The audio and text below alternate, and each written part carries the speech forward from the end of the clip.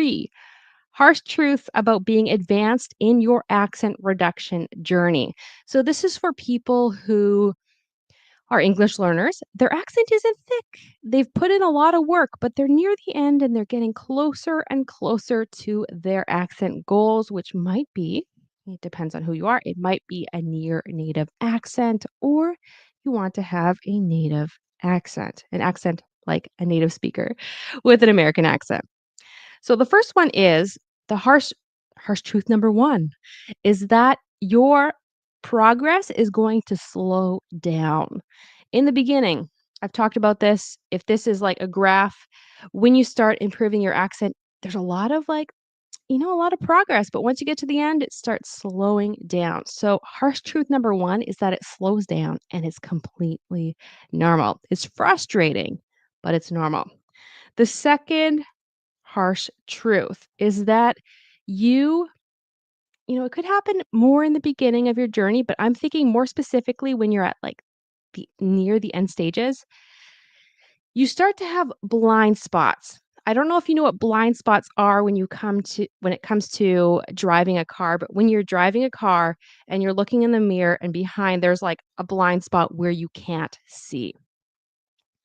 And this happens to us in our English learning journey where we cannot hear what sounds off or incorrect and we just can't see it. So harsh truth number 2 is that you have blind spots. And in order to identify what sounds off, you usually need help from a native speaker, usually someone like an English teacher if they are able to do that or an accent coach. So harsh truth number 2 is that you have blind spots. I'm going to see if I wrote anything else down in my book just because I don't want to miss it.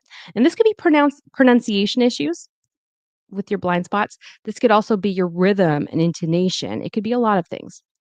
And harsh truth number 3, this is something that I just noticed because I was listening to, I'm not going to say anyone's name, but a certain accent coach, and she has a very good American accent. But because she's actually learned English, so she's an English learner. English is not her first language, and she has a really good accent. But what I noticed, and I've noticed among other English learners who have an advanced level of English and, their accent, they're way advanced in their journey. Sometimes they are able to master, the stress and the rhythm and the intonation of English, but it sounds kind of like they only have like one, I don't know if it's like one range or one way of saying things. Sorry, my mic just went up really quick or really high really quick.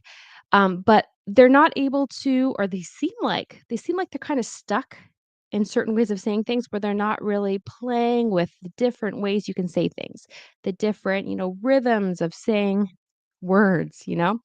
Like they might just talk like this and just talk normal.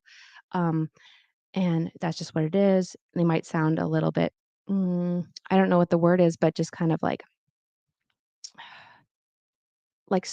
stiff because they're not really able to say, they're not able to play in the language and really use different ways of explaining things.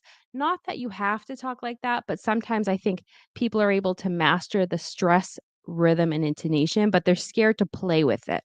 Okay, so that's kind of why I started the series of shadow time, where I will say things. You guys repeat after me to really work on your stress, intonation, and rhythm. And sometimes I will say it differently as well, just so that you guys can play with it and exaggerate. I think when you have mastered stress and intonation, it's a good idea sometimes to just like play with it.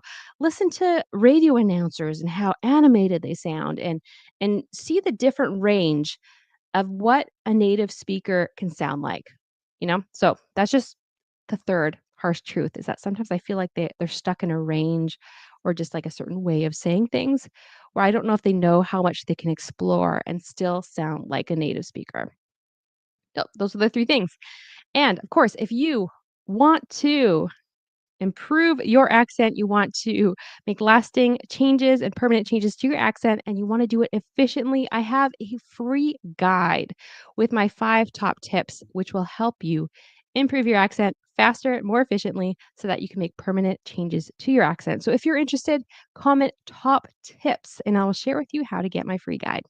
If you're watching this as a clip, feel free to click here. There should be a video popping up.